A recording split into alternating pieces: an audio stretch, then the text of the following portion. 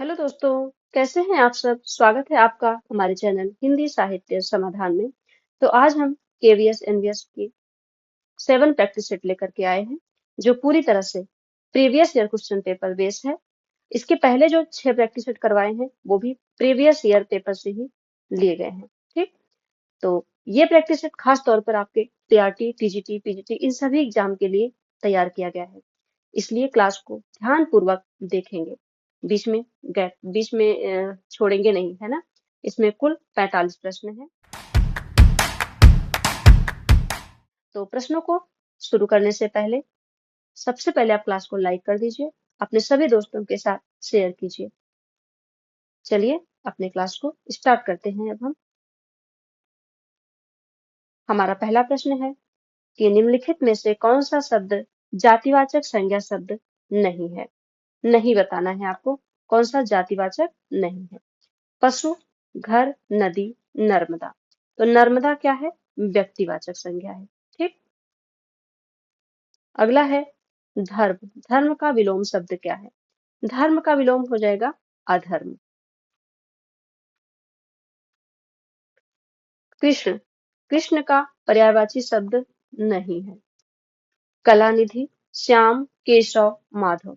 तो कलानिधि कृष्ण का पर्यायवाची नहीं है। किसका पर्याय है ये है चंद्रमा का पर्याय। आगे आते हैं, तत्सम तद्भव का असंगत युग्म बताना है। कौन सा असंगत है। सर्प, सांप, माथा, मस्तक, आश्चर्य, अचरज, शुष्क, सूखा। तो आप देखेंगे कि ये सभी सही है, लेकिन हमें बताना है इनका क्रम। पहले तत्सम, फिर तद्भव। सर्प सांप सही है, आश्चर्य अचरज सही है, शुष्क और सूखा सही है, लेकिन माथा और मस्तक में पहले तद्भव दे दिया है। ठीक, इसीलिए ये ऑप्शन असंगत हो जाएगा। यह पुस्तक मेरी है, इसमें कारक बताना है, कौन सा कारक है। तो मेरा, मेरी, उसका, उसकी, ये जहां पर आ जाए क्या होता है वो संबंध कारक। ऑप्शन डी करेक्ट हो जाए। फिर है 6 नंबर का प्रश्न, मालिक नौकर से सफाई करवाता है, इसमें क्रिया का कौन सा भेद है। तो मालिक नौकर से सफाई करवाता है, प्रेरणार्थक क्रिया। Option B. निम्नलिखित में से कौन सा शब्द है जो सदैव स्त्रीलिंग में प्रयुक्त होता है।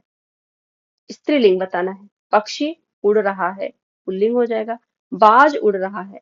मकड़ी, मकड़ी क्या है, स्त्रीलिंग है। ठीक, गैंडा भी पुल्लिंग है। Option C correct answer. निम्नलिखित में से कौन सा वाक्य अशुद्ध है। लड़के ने अपना काम किया, वह हिंदी नहीं बोल सकी। मैं गीत सुना चुका हूँ, वह अपने घर गई है। तो यहाँ पर हो जाएगा है नहीं होगा। ठीक, वह अपने घर गई है। ऑप्शन डी करेक्ट हो जाएगा। निम्नलिखित में से संज्ञा और विशेषण की दृष्टि से कौन सा शब्द युग्म असंगत है। संज्ञा और विशेषण का युग्म है, बताएंगे कौन सा असंगत है। तो ईश्वर, ईश्वरीय सही है। झगड़ा, झगड़ालू ये भी सही है। कुल, कुलीन ये भी सही है। अज्ञान क्या है, संज्ञा है, भाववाचक। अज्ञानता भी भाववाचक दे दिया। ठीक, तो यहाँ पर ये विशेषण नहीं होगा। विशेषण क्या बनेगा इसका, अज्ञान का विशेषण अज्ञानी बनेगा। ठीक, तो ऑप्शन हमारा डी करेक्ट हो जाएगा।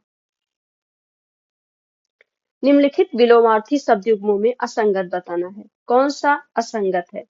जीवित, मृत, ताप, शीत, तामसिक, सात्विक, तीव्र, तेज। तो तीव्र और तेज दोनों क्या हो गए, ये पर्याय हो गए, इसीलिए ये असंगत हो गया। तीव्र का क्या होगा, मंद होगा। तीव्र का विलोम मंद और तेज का धीमा। ठीक, ऑप्शन डी करेक्ट आंसर। आगे आते हैं 11 नंबर पर। मेघ का समानार्थी नहीं है। मेघ यानी कि बादल, वारिद, नीरद, पयोधर ये सभी मेघ के समानार्थी हैं, लेकिन बारिश किसका है, बारिश कमल का समानार्थी है। ऑप्शन बी करेक्ट हो जाएगा। बताना है इनमें से तत्सम शब्द कौन सा है। खेत, ग्रंथि, घी, खीर। तो क्या हो जाएगा, ग्रंथि, ये तत्सम है। इसका तद्भव क्या बनेगा, गांठ। खेत का तत्सम क्या बनेगा, क्षेत्र। घी का तत्सम होगा घृत, और खीर का होगा क्षीर।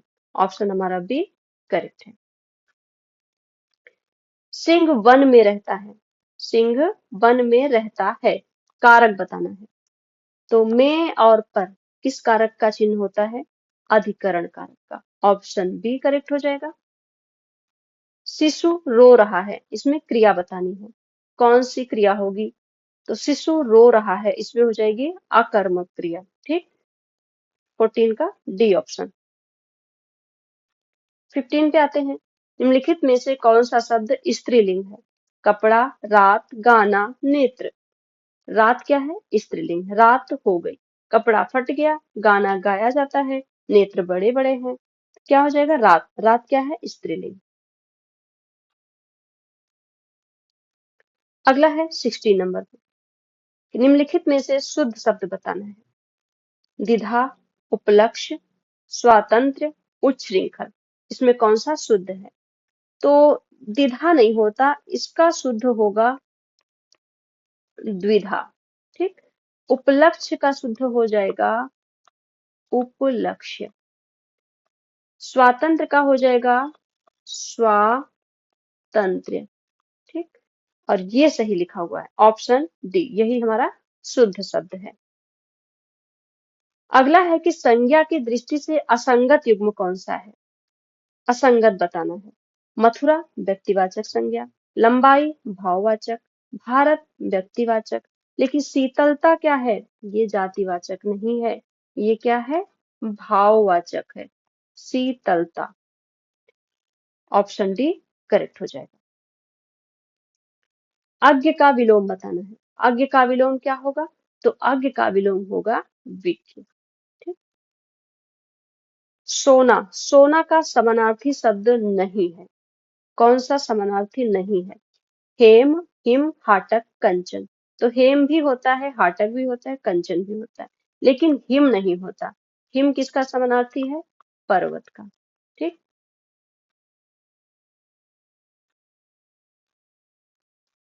नहीं, हिम पर्वत का नहीं होता, सॉरी, हिम होता है बर्फ का। ठीक, तत्सम तद्भव का संगत मेल बताना है, कौन सा संगत है? अब वही इसमें फिर वही है कि क्रम बताना है आपको। ठीक है, सभी सही है, लेकिन क्रम से कौन लिखा हुआ है? तत्सम तद्भव, काम कार्य, गांठ ग्रंथि, काष्ठ काठ, गेहूं गोधूम। काष्ठ और काठ, यही संगत मेल है। अब आते हैं 21 नंबर पर। बिल्ली छत पर बैठी है, इस वाक्य में रेखांकित पद में कारक है। रेखांकित कहाँ है? यहाँ पर। तो इसमें कौन सा कारक होगा? में पर क्या होता है? अधिकरण कारक। ठीक, ऑप्शन डी। श्याम सोता है, इसमें कौन सी क्रिया होगी? तो श्याम सोता है हो जाएगी आकर्मक क्रिया। ठीक, कोई कर्म नहीं है इसमें, केवल क्रिया हो रही है, श्याम सोता है, तो आकर्मक क्रिया। निम्नलिखित में से कौन सा शब्द पुल्लिंग है? साकल, सभा, व्याख्यान या दक्षिणा। तो साकल बड़ी है, भारी है, मोटी है ना। सभा, वहां पर बहुत बड़ी सभा हो रही थी, स्त्रीलिंग हो जाएगा। व्याख्यान दिया जाता है, क्या हो जाएगा? ये पुल्लिंग हो जाएगा। दक्षिणा दी जाती है, ये भी स्त्रीलिंग हो जाएगी। तो ऑप्शन क्या हो जाएगा? सी सही हो जाएगा। व्याख्यान क्या है? पुल्लिंग शब्द है। निम्नलिखित में से अशुद्ध वाक्य कौन सा है? अशुद्ध बताना है आपको। जब वर्षा होगी तब देखा जाएगा, हम सब जा रहे हैं आप भी चलोगे, इस बार फसल अच्छी होगी, बैठक का समय 4:10 होगा। तो अशुद्ध बताना है ना, तो इसमें हो जाएगा बी, हम सब जा रहे हैं आप भी चलेंगे, क्या होगा? चलेंगे, आप भी चलेंगे। ऑप्शन हमारा बी करेक्ट हो जाएगा। निम्नलिखित में से कौन सा शब्द व्यक्तिवाचक संज्ञा वाला शब्द नहीं है? पूछ रहा है कि कौन सा व्यक्तिवाचक नहीं है। मोहन, काशी, यमुना, नदी। तो नदी क्या है? जातिवाचक है, ये व्यक्तिवाचक नहीं है। ऑप्शन हमारा डी करेक्ट हो जाएगा। अब आते हैं 26 नंबर पर। निम्नलिखित विलोमार्थी शब्द युग्मों में असंगत कौन सा है? ध्वंस, विध्वंस, परतंत्र, स्वतंत्र। निंदा स्तुति, पाप पुण्य, इसमें असंगत पूछा है। ध्वंस विध्वंस क्या होता है, एक ही हो जाता है। ध्वंस का मतलब भी वही है, विध्वंस का मतलब भी वही है। ध्वंस का विलोम क्या होता है, निर्माण होता है। ठीक, ध्वंस का विलोम क्या होगा, निर्माण होगा। ऑप्शन ए करेक्ट हो जाएगा, ये असंगत है। निम्नलिखित में अश्व का पर्यायवाची नहीं है। वाजी, तुरंग, करवाल, घोड़ा। तो वाजी भी है, तुरंग भी है, घोड़ा भी है, लेकिन करवाल नहीं है। करवाल किसका पर्यायवाची है, तलवार का। किसका है, तलवार का। तत्सम तद्भव का असंगत युग्म बताना है। स्वर्ण सोना, जिह्वा जीव, कोयल कोकिल, छार खार। तो ये वाला असंगत है। ठीक, यहाँ पहले तद्भव दिया है, फिर तत्सम दिया है। तो कितने आसान प्रश्न पूछे जाते थे। मेरी लड़की कौन है, इस वाक्य में कौन सा कारक है। तो मेरा, मेरी, उसका, उसके, ये जहां पर भी आ जाए क्या हो जाता है, संबंध कारक। ऑप्शन ए हो जाएगा। अध्यापक छात्र से पाठ पढ़वाता है, क्रिया ज्ञात करिए, इसमें बताइए कौन सी क्रिया हो रही है। तो अध्यापक छात्र से पाठ पढ़वाता है, प्रेरणार्थक क्रिया हो जाएगी। Option B. 31 नंबर, पुल्लिंग स्त्रीलिंग के युग्म में से कौन सा युग्म सही नहीं है, नहीं बताना है। बालक बालिका, मिहितर मित्री, गूंगा गूंगी, नर नारी। तो यही हमारा गलत है। ठीक, ये गलत लिखा हुआ है, यहाँ पर मेहतर होगा और मेहतर की स्त्रीलिंग होगी मेहतरानी। ठीक, ऑप्शन बी। शुद्ध वर्तनी वाला शब्द बताना है। ऐतिहासिक, ऐतिहासिक, ऐतिहासिक या ऐतिहासिक। तो ऑप्शन बी करेक्ट हो जाएगा, ऐतिहासिक, ये शुद्ध है। निम्नलिखित में से संज्ञा की दृष्टि से असंगत युग्म बताना है। कौन सा असंगत है, क्या बंदर जातिवाचक है, मोटाई भाववाचक है, नेपाल व्यक्तिवाचक है, घृणा जातिवाचक है। तो असंगत पूछा है, तो हमारा ऑप्शन क्या बनेगा, डी। घृणा क्या है, भाववाचक है, ना कि जातिवाचक। ठीक, क्या है ये, भाववाचक। बाकी सभी सही है, ये डी ऑप्शन असंगत है। निम्नलिखित विलोमार्थी शब्द युग्मों में असंगत बताना है। कुटिल सहज, ज्योति तम, जीवित मृत तापसी। तो कुटिल का विलोम क्या होता है, सरल होता है, सहज नहीं होता है, सरल। ठीक, ऑप्शन ए सही हो जाएगा। आगे पूछा है कि सागर का समानार्थी शब्द नहीं है। कौन सा सागर का समानार्थी शब्द नहीं है। तो पयोधि होता है, पयोनिधि भी होता है, रत्नाकर भी होता है, लेकिन जलद किसका पर्याय है, जलद बादल का समानार्थी है। ठीक, इसलिए ये असंगत हो जाएगा, ये सागर का पर्यायवाची नहीं है। आगे आते हैं 36 नंबर पर। पुस्तकालय में बहुत सी किताबें हैं, इस वाक्य में कौन सा कारक है। पुस्तकालय में बहुत सी किताबें हैं, में, है ना, में पर अधिकरण का चिन्ह होता है, तो क्या हो जाएगा, ऑप्शन सी अधिकरण कारक। आते हैं 37 नंबर पर। कौन सा शब्द सदैव एक वचन में प्रयोग होता है, सदैव एक वचन में प्रयोग होता है। धन सोना, मात्र ए, या फिर ए और बी दोनों। तो एक वचन में प्रयोग होता है ए और बी दोनों, सोना और धन ये दोनों एक वचन में प्रयोग किए जाते हैं। ठीक, दिए गए विकल्पों में से शुद्ध वर्तनी बतानी है। अंतःकरण, कैसे लिखेंगे इसको शुद्ध, तो बी ऑप्शन हमारा सही हो जाएगा, अंतःकरण। निम्नलिखित में विलोमार्थी शब्द युग में असंगत बताना है। विलोम है और ये कौन सा इसमें असंगत दिया गया है। तो उपकार, परोपकार, उत्थान पतन, कनिष्ठ वरिष्ठ, लौकिक अलौकिक।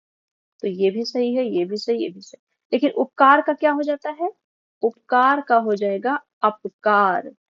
ठीक, क्योंकि उपकार और परोपकार समानार्थी हो जा रहा है, उपकार का विलोम क्या बनेगा, अपकार बनेगा। ऑप्शन ए करेक्ट हो जाएगा। कनिष्ठ का वरिष्ठ होता है ना, वरिष्ठ भी होता है और ज्येष्ठ भी होता है, दोनों हो जाता है। उत्थान का पतन, लौकिक का अलौकिक। निम्नलिखित में अमृत का पर्यायवाची नहीं है। पीयूष है, सुधा है, अमी है, लेकिन अर्क नहीं है। अर्क रस का पर्यायवाची होता है। 41 नंबर पर पूछा है कि विद्वान का स्त्रीलिंग बताना है। तो विद्वान का स्त्रीलिंग क्या हो जाएगा? विदुषी। दिए दिए गए विकल्पों में से शुद्ध वर्तनी बतानी है। लिपि कैसे लिखा जाएगा? तो यहाँ पर बी और सी दोनों सही दे रखा है ना? बी व सी दोनों सही हो जाएगा, क्योंकि यहाँ पे टाइपिंग में दोनों सही कर दिया है।